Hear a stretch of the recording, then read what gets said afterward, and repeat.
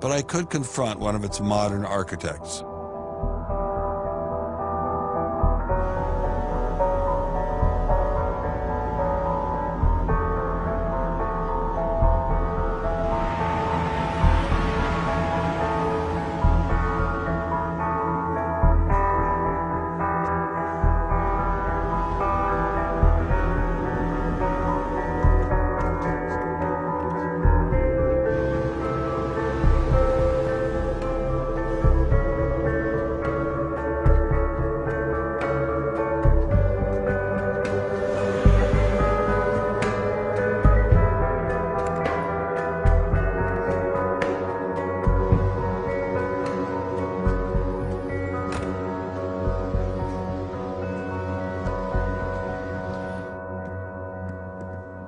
Hello, Professor Dawkins. How are you? I'm Ben Stein. I'm so sorry to keep you waiting. How are you? Fine, thank you. You have written that God is a psychotic delinquent invented by mad, deluded people. No, I didn't say quite that. I said something rather better than that. Oh, well, please tell us what you said. Please tell us what you said. Well, I would have to read it from the book. No, please. The God of the Old Testament is arguably the most unpleasant character in all fiction. Jealous and proud of it, a petty, unjust, unforgiving control freak, a vindictive, bloodthirsty ethnic cleanser, a misogynistic, homophobic, racist, infanticidal, genocidal, filicidal, pestilential, megalomaniacal, sadomasochistic, capriciously malevolent bully. So that's what you think of God? Yeah. How about if people believed in a God of infinite lovingness and kindness and forgiveness and generosity, sort of like the modern day God? Why spoil it for them? Why not just let them have their fun and enjoy it? I mean, I don't want to spoil anything for anybody. I write a book, people can read it if they want to. I believe that it is a liberating thing to free yourself from primitive superstition. So religion's a primitive superstition? Oh, I think it is, yes. So you believe it's liberating to tell people that there is no God? I think a lot of people, when they give up God, feel a great sense of release and freedom. Why do you think that? I mean, what's your dad? What's your scientist? What's your dad? I think, well, I've had a lot of letters saying that, and I've... There are 8 billion people in the world, Dr. Dawkins. How many letters have you had? No, I haven't done that. That's quite true.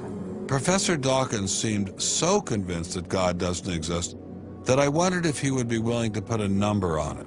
Well, it's hard to put a figure on it, but I mean, I put it as something like, 99% against or something. Well, how do you know it's 99% I don't. Say and not 97%? No, I did. You asked me to put a figure on it, and I'm not comfortable putting a figure on it.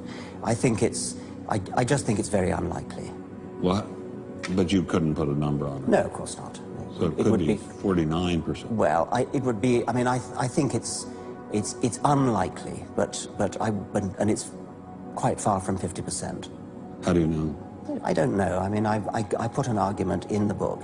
Well, then who did create the heavens and the earth? Why do you use the word who? You see, you immediately beg the question by using the word who. Well, then how did it get created? Well, by a very slow process. Well, how did it start? Nobody knows how it started. We know the kind of event that it must have been. We know the sort of event that must have happened for the origin of life. What was that? It was the origin of the first self-replicating molecule. Right, and how did that happen? I told you we don't know. So you have no idea how it started? No. Nor has anybody. Nor has anyone else. What do you think is the possibility that intelligent design might turn out to be the answer to some issues in genetics or in evolution? It could come about in the following way. It could be that at some earlier time, somewhere in the universe, a civilization evolved by probably some kind of Darwinian means to a very, very high level of technology and designed a form of life that they seeded onto perhaps this planet. Now, that is a possibility and an intriguing possibility. And I suppose it's possible that you might find evidence for that if you look at the details of biochemistry, molecular biology. You might find a signature of some sort of designer. Wait a second. Richard Dawkins thought intelligent design might be a legitimate pursuit?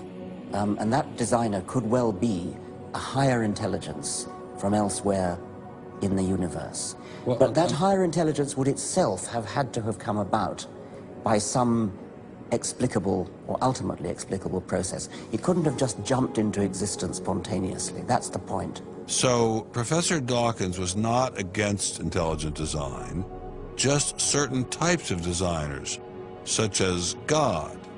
So the Hebrew God, the God of the Old Testament, he doesn't exist in your view? Certainly. I mean, that would be a very unpleasant prospect. And the Holy Trinity of the New Testament, that doesn't exist?